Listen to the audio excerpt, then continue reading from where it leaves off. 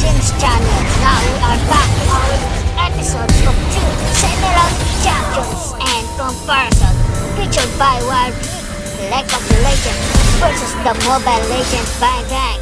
But before that, please like and subscribe to my channel and don't forget to click the bell icon so you will be notified to our new next episode video. Let's do this!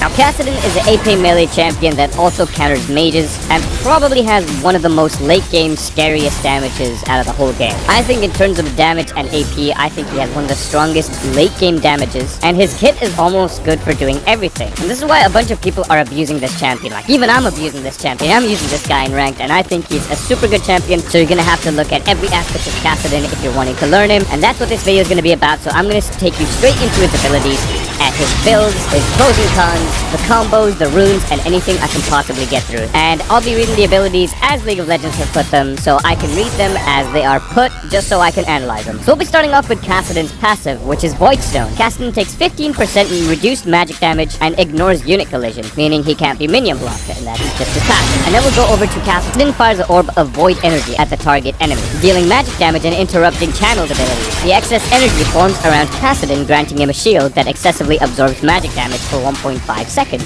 And this ability is just used for poke and engaging. Then you got Kassadin's W, which is Netherblade. Kassadin's next basic attack gains 50 bonus range, dealing increased bonus magic damage, and restores mana, with the amount quintupled against champions. And the passive for this ability is Kassadin's basic attacks deal 20 plus 10% of AP bonus magic damage, which increases every time you level it up. Netherblade resets Kassadin's next auto attack, which is good for chunking towers or enemy champions, which is Force Pulse. Kassadin emits a pulse of void energy, dealing magic damage to all enemies in a cone in the target direction and slowing them for 1 second. The passive for this ability is Kassadin gains a void energy stack each time a nearby champion, including himself, uses an ability, up to 6 stacks. At 6 stacks, Kassadin gains the ability to cast Force Pulse. So the reason for this ability having 6 stacks is because it would have been overpowered. So the fact that you have to have, this could be allied champions, yourself, or enemy champions. As long as 6 abilities have been casted, which will show above your kit, you can finally use the E ability along with the cost of mana. And then we have Kassadin's ultimate, which is Rift Wall. After a small delay, Kassadin blinks to the target location, dealing magic damage to all nearby enemies on arrival. Each subsequent Rift Walk within 15 seconds doubles its mana cost and increases its damage, stacking up to 4 times. So every time you use this ability, the cost of the ability is going to keep doubling until it hits 800. As you can see on the numbers below, it goes from 50 to 100 to 200 to 400 to 800. And it will stick on 800 until your mana is completely gone. And this is why this ability is going to cost a lot of mana, and why it's going to start hinging to why on your build you're going to build some mana. So that was pretty much Kassadin's abilities. Like, all of his abilities are pretty simple, but his abilities are going to be used around for poking, for all-ins, and for farm. Kassadin can be used to pretty much poke on the lane. It's good against poking against AP mages, considering Kassadin has reduced magic damage by 15% on his passive, and he gets a huge magic shield. This is going to be important for laning phase. And then his W ability can be used to farm up minions, as it will give you back some mana. And the ability only costs 1 mana to use anyway, so it's not going to really be a big ask. It'll also give you back a huge amount of mana, especially when you're building a bunch of mana as well, because you're going to get a bunch of it back to use for your next ultimate. Your E ability is probably your only source of clear. It's only going to clear most of the backline minions, along with leaving most of melee minions damaged, but it's also got a heck ton of damage, especially for when you're using it on enemies. It would slow them down, and it's good to help you for gap closing onto them. And then when it comes to your ultimate ability, when it comes to fights, you want to try pre-stacking up the ultimate, because basically your ultimate stacks up to 4 times, and after that, that's the damage amount that it stacks up to. But it also stacks up how much the mana cost is going to be. So that's why you have to keep an eye on how much mana you're using when you're engaging, because one thing you need to do is, especially when you're coming back to lane, you can use your ultimate to walk back to lane, but only use the first 2 stacks, because it's going to only cost 50 mana then 100 mana. After that, it's going to cost 200 mana, which gets too much for Kassadin, and I don't think that's good. So you want to only use 50 to 100 mana for when you're moving back to lane. And when you're about to go into fights, I think you need to stack up your ultimate at least 1 or 2 times, maybe 3 times. Pre-stacking your ultimate means the next ultimate that you use on the enemy, when you use your R on top of someone, is going to hurt them for more than your previous stacks. The higher the stacks, the more damage that you're going to do, which is why you build mana and ask for blue buff from your jungler. And this is why you're going to build sometimes some mana heavy items, because your W is going to help you sustain through that as well, and it's going to gonna help you get back all your mana so you can reuse all your abilities once again. But the only problem that's going to be is when you're using your R consecutively and then you're going to escape, your R is going to cost a lot. Eventually, when you're trying to escape, it's gonna cost a lot of mana, and when you don't have mana, it's gonna be a problem. So the only way to do that, mana will regenerate, is just in enough time. Otherwise, you're gonna have to find an alternative escape, or else you're just dead. Kassadin's R ability can be used over walls. Much like Talon, you can jump over walls or use it like a flash. Your R ability is essentially just a flash, and you can go over walls if it's not necessary, or if it's gonna put you in massive danger. And then when it comes to team fights, Kassadin is super strong, because his E ability is always going to be up, considering so many abilities are going to be casted. But we'll be talking more about team fighting later. So when it comes to maxing abilities with Kassadin, I think solely it's gonna come down to what kind of matchup you have. If you have an AP matchup, you wanna max your Q ability, considering your magic resist shield will go bigger every time you max it, along with the damage and the amount of poke that you get. It also allows you to cast it more frequently. Then you wanna max your E, considering there's so much damage coming out of it, along with the slow and the wave clear view, so you can get the stabbing damage. And then you wanna max your ultimate as much as you can. Now, when you're fighting an AD matchup, champions, and then obviously you're gonna put points in your ultimate whenever you can. So now that we've talked about Kassadin's abilities, laning phase, and ability maxing, we're gonna move over to his runes. Now, there are two top runes that everybody is using with Kassadin, and this is the one that I mostly think is going to work, because everybody has been using this one, because champions have now been seen differently that don't have sustain within their kits. So firstly, I'm gonna show you Kassadin's precision page, which goes Fleet Footwork, Triumph, Legend Bloodline, Coup de Grace, with going Domination Secondary, taking Taste of Blood and Ravenous Hunter, going 2 Adaptive Force runes and 1 Magic Resist rune. Now, Fleet Footwork has been taken on a lot of champions that do not have any sustain or just very little sustain. And Fleet Footwork is mostly like an ADC kind of rune, but this has been used mostly on assassins and AP mages very recently, considering it helps them with the movement and also the sustain. When you're walking around and you're building up the stacks of Fleet Footwork, you can attack a minion or a champion and you get some healing along with some move speed. So you can build up that move speed, hit a minion, walk up to your enemy champion, Q them, and then walk back. It does help to get a lot of movement, and I think this will help you for all-ins as well. For when you're getting the movement, you can jump in on the enemy as soon as you can. So you get the health restoring, going Legend Bloodline to get all the amounts of healing that you can get, considering it now stacks up to 20 instead of 10. And then Coup de Grace, of course, you're gonna do more damage to less health champions, which is essential for most assassins or for most burst mages. And then Taste of Blood and Ravenous Hunter explanatory to why you're gonna get some healing. And of course, you wanna go roaming a lot as well, so you can get your Ravenous Hunter stacks. And this is pretty much everything to get all of the life steal and healing that you can get, because Kassadin cannot heal at all from his kit unless you bought an item that would let him. But going these kind of runes is actually really beneficial, especially for laning phase, because it prevents him from getting bullied so hard into getting no health and having to back or die. Even people who counter Kassadin have to put in more work, considering that you have to go all of this life steal and healing. The amount of sustain that you get from this is going to benefit you so much into the mid and late game. It helps you keep in fights, and it massively helps you in the laning phase. Then we're gonna move over to Kassadin's Assassin rune page, with going Electrocute, Sudden Impact, Eyeball Collection, and Ravenous Hunter, taking Transcendence and Gathering Storm on Sorcery, going 2 Adaptive Force runes with the Magic Resist. No Sudden Impact, so when you blink onto an enemy using your ultimate, it will do a heck ton of damage, because it's gonna have Lethality and Magic Penetration. Or if you want, you can go back to the Taste of Blood option. Then you can go Eyeball Collection or Ghost Borrow, just to get extra damage for the Vision Denial, and for warding, and then Ravenous Hunter, to get a bunch of healing after taking down the enemy team, or when you get an assist on each champion. And then you go Sorcery, we go in Transcendence,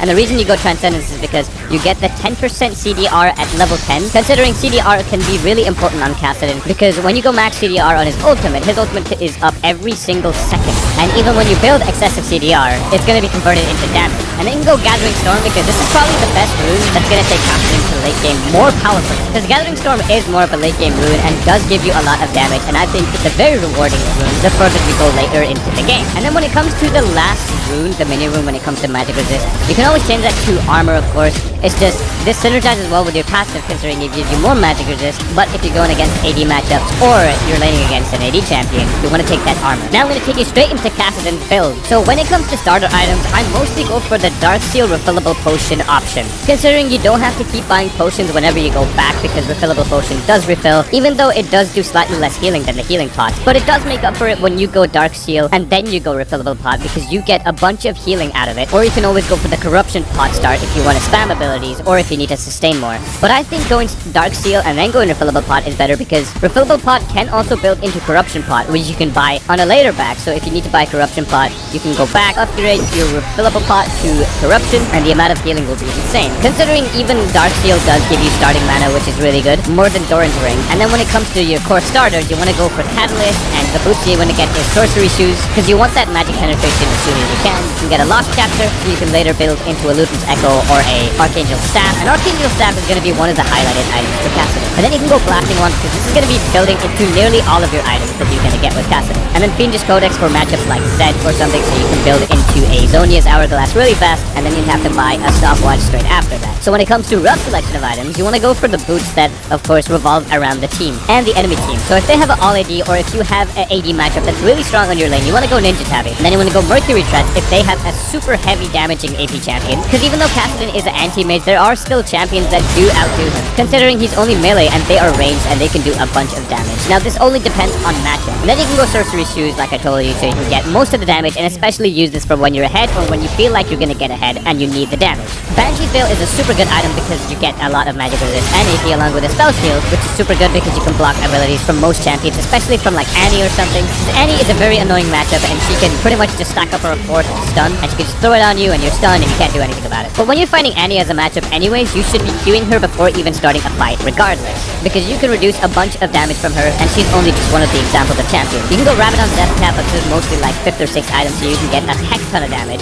Zonia's Hourglass for of course champions like Zed or champions that have executes. And not only for that, Zonia's Hourglass actually helps you to give some time for your ultimate to come back up so you can make for an escape or an engage. Morellonomicon is also a really good item considering it has magic penetration, a lot of AP, and also some health. I think this will be good for sustaining in lane with and for doing a heck ton of damage. Void Staff is going to be super good for magic penetration along with the Sorcerer Shoes build, because you'll be doing so much damage to your enemy. Hextech GLP is a nice item considering it does give you a bunch of mana and it's such a cheap item to use even for the mana that it gives you. Luton's Echo is also a really powerful item on Kassadin, but it's not something that you always have to build on him. Archangel Staff is probably one of the core items that you can build. Well, the 2 core items is Rod of Ages and Archangel Staff. Now it depends on what kind of matchup you're going for. Rod of Ages is going to make you super strong late game in terms of health, AP, and mana. Archangel Staff you can build up the tier and build into the staff itself, and the biggest use for that is the amount of mana that you get when it transforms into a Seraph's Embrace, and also for the big shield that Seraph's Embrace provides you. Because after your Archangel Staff has all of the stacks that it needs,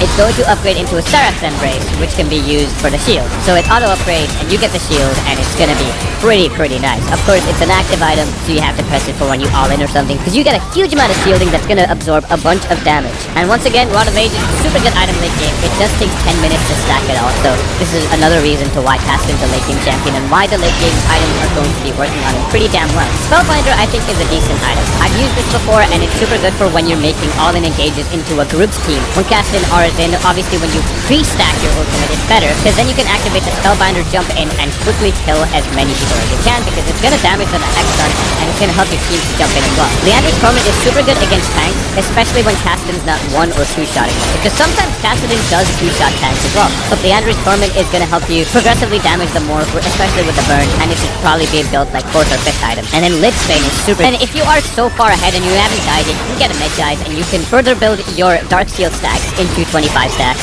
and you can do a heck ton of damage. And then when it comes to having your full build, you want to get your Elixir of Sorcery, buy control wards occasionally, or whenever it's important, getting blue wards when no one else has, or getting oracles to deny vision, especially for when you're roaming, because when Kassadin's roaming, you're gonna be having to deny vision or avoid vision, and he can use his ultimate to jump over walls, just more like Talon, to avoid wards, and to move in on enemies in a different way. And then when it comes to example builds, this is just an essential late game full AP Kassadin build that's going to pretty much one-shot nearly anybody on their team, because there are 3 items here right now that have magic penetration, which are the Sorcery Shoes, the Morellonomicon, along with the Void Staff, and then there's so much AP provided by the Rod of Ages and Rabadon's Death Cap. So essentially this is the build that you massively dominate AP mages with and have a super strong late game on.